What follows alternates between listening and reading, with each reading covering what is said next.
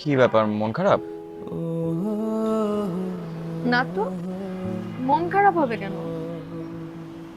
না, এই যে তোমার বিয়েটা হতে হতে হলো না, ভেঙে দিলাম। আরে কি বলতেছো? ওই লোককে তো আমি কখনো দেখিই নাই। তাও আম রিয়েলি সরি।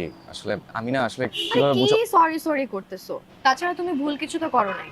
ওই লোকের চেহারা তুমি সবার সামনে এক্সপোজ করে দিছো।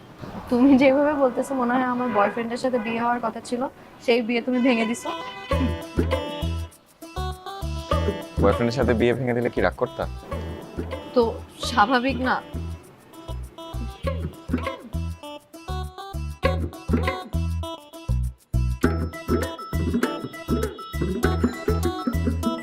আচ্ছা রিয়া, তোমার কি আসলে কোনো বয়ফ্রেন্ড নেই? বয়ফ্রেন্ড থাকলে তুমি জানতা না? তোমাকেই তো বলতাম।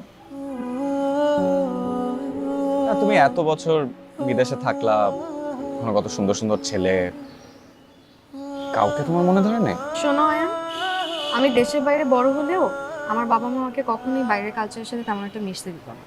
আর আমিও পার্সোনালি তেমন একটা পছন্দ করি না। তাই দেশের বাইরে বড় হলেও আদতে আমি খাঁটি বাংলা।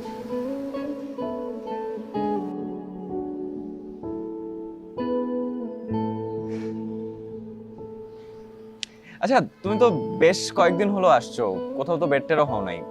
চলো কালকে কোথাও ঘুরে আসি, যাবা? জি, আপনার মুখ থেকে এই কথা শোনার জন্যই আমি এতদিন অপেক্ষা করেছি।